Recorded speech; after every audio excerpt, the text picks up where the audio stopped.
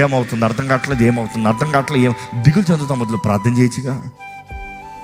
ప్రార్థనకి సమయం లేదు, ప్రార్థనకి మనసు లేదు.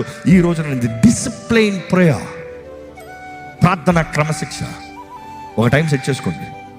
నీ అలారం కొట్టేటప్పుడు ప్రార్థన చేయి.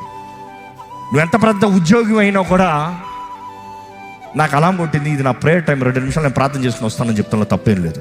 తప్ప వాష్రూమ్కి వెళ్ళాలంటే సార్ వాష్రూమ్కి వెళ్ళి వస్తానని చెప్పట్లే.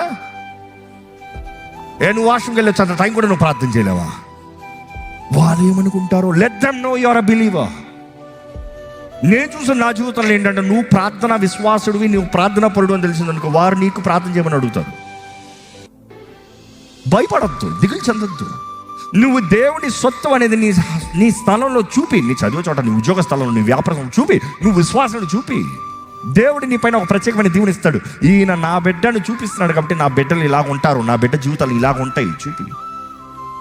ఏలన చేసేవారు, అవమానపరిచేవారు, ఓవర్గా మాట్లాడేవారు ఎప్పుడు ఉంటారండి. వారి గురించి భయపడద్దు.